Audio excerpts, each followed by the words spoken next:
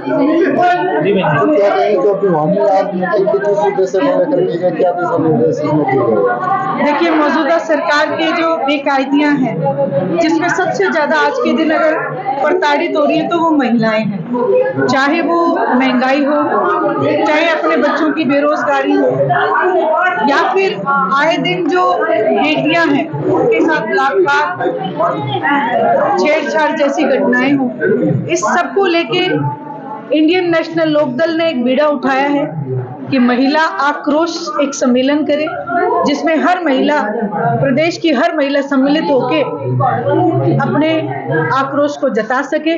उन्हें हम मंच देंगे, उस मंच के माध्यम से सरकार की कारगुजारियों को वो खुलासा कर सके। तो उचाना में ही क्यों ढूंढा, क्या दुष्यंत चौटाला को शक्ति प्रदर्शन दिखाया जाएगा? देखिए, इंडियन नेशनल लोकदल हरियाणा प्रदेश उसका अपना प्रदेश है। उचाना में करने का एक बहुत बड़ा रीजन ये है कि जो क्रांतिकारी धरती है वो जींद की धरती है, इसलिए वहीं से क्रांति हम शुरू करेंगे। और इसके पीछे एक इतिहास भी है वहाँ की महिलाओं का बहुत पुराना। अकेले एक महिला दुश्मनों से लोहा ले सकती है, तो वहां जाके हमारी तमाम क्षेत्र की, तमाम प्रदेश की महिलाओं को एक प्रेरणा मिलेगी, इसीलिए हमने जींद को चुना। दुष्यंत को चैलेंज भी होगा ये? देखिए, आज मुद्दा दुष्यंत का या मेरा या किसी का नहीं है। आज मुद्दा है हमारे नौजवान बच्चों की पढ़ाई लिखाई और उनके रोजगार का। आज मुद्दा है मेरी माताओं बहनों के ऊपर जो महंगाई का बोझ डाला जा रहा है उसका। आज मुद्दा है जो बेटियों के साथ आए दिन अत्याचार हो रहा है, भद्र घटनाएं हो रही है, उसका। आपने अभी हाल ही में देखा कि नीलम जो जींद से है, उसने एक बहुत बड़ा काम किया और लोकसभा में जब वो गई तो उसने आवाज उठाने का काम किया। तो ऐसे ही और भी बहुत सारी नीलम हमारी बेटियां हैं, हमारे बेटे हैं, उनकी आवाज को हम बुलंद करना चाहते हैं, इसके लिए हमने जींद को चुना है। तो सुमन जी, क्या लगता नहीं कि जो जेजेपी है, बीजेपी जो गठबंधन सरकार है, वो दावा करते हैं कि महिलाओं के लिए इतना काम किया है, उनको राशन डिपो में उनको आरक्षण दिया है, पंचायतों में उनको आरक्षण दिया, फिर कैसे कह सकते हैं कि महिलाओं की अनदेखी हो रही है? देखिए, आप मुझे एक बात बताइए, महिलाओं की अनदेखी ना हो रही हो तो आपने आशा वर्कर आज 1 साल से धरने पे, आंगनवाड़ी की महिलाएं धरना प्रदर्शन करती हैं, जो गेस्ट टीचर्स हैं वो धरना प्रदर्शन करती हैं। आज मेरी बेटी अगर नीलम अगर इतना ही कुछ हो तो उसको ये नौबत ना आती। ये सिर्फ घोषणाएं हैं और कागजी कामों में ध्यान रखते हैं। धरातल के ऊपर भारतीय जनता पार्टी या जेजेपी केवल झूठ बोलती है। मैं एक बात पूछना चाहती हूँ आप ही से, क्या 75% नौजवानों को मिल गया? क्या रोजगार मिला? मैं आपसे ये भी सवाल करना चाहती हूँ आपके चैनल के माध्यम से, क्या बुजुर्गों की पेंशन 5100 रुपए हो गई?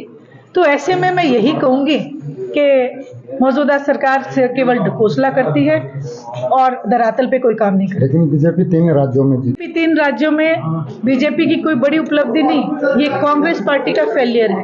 कांग्रेस की आपसी फूट इतनी बड़ी हुई है कि जिसके चलते उन्हें सिर्फ कुर्सी दिखाई देती है, वो जनता की लड़ाई को लड़ना भूल चुके हैं। यदि मैं हरियाणा की भी बात करूं तो कांग्रेस के तमाम जो नेता हैं वो केवल मुख्यमंत्री कुर्सी की लड़ाई लड़ रहे हैं, जनता की लड़ाई नहीं।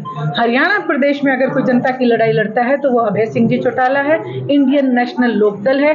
इसलिए राजस्थान की जनता के पास तो विकल्प नहीं था, इसलिए बीजेपी आई है, लेकिन हरियाणा प्रदेश की जनता के पास इंडियन नेशनल लोकदल है, जिसने हरियाणा प्रदेश को हमेशा ऊपर ले जाने का काम किया। आप कह रहे हैं कि अभय सिंह चौटाला सीएम होंगे, लेकिन जेजेपी कह रहे हैं कि उनका सपना है कि दुष्यंत चौटाला सपना, और इस बार वो सपने को पूरा करके रहेंगे। देखिए, हर एक पार्टी का मुखिया और हर एक पार्टी का कार्यकर्ता अपने मुखिया को सीएम बनाना चाहता है, लेकिन असली निर्णय तो जनता लेती है। तो जनता जिसके भी पक्ष में होगी वही मुख्यमंत्री बनेगा। बार बार एक चौटाला परिवार यानी कि जेजेपी और इनेलो एक होंगे, क्या इसके लिए प्रयास किए जा रहे हैं? क्या? देखिए, मैं आपको एक बात कहना चाहती हूँ, मुझसे ये सवाल भी किया जाता है कि चौधरी देवीलाल जी की असली पार्टी कौन सी है, कि सभी नाम चौधरी देवीलाल जी का लेते हैं। तो मैं आपसे ये कहना चाहती हूँ कि आदरणीय चौधरी देवीलाल जी ओम प्रकाश जी चौटाला को अपना उत्तराधिकारी नियुक्त करके गए थे, उत्तराधिकारी के होते हुए और चश्मे का निशान देके गए थे। तो असली पार्टी तो इंडियन नेशनल लोकदल ही है,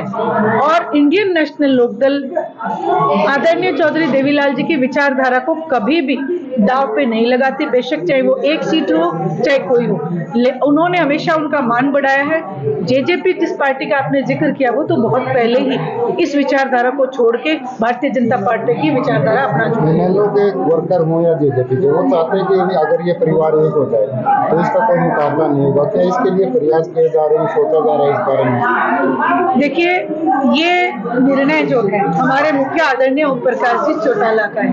वो जो भी निर्णय लेंगे हम उनके पीछे आ रहे हैं।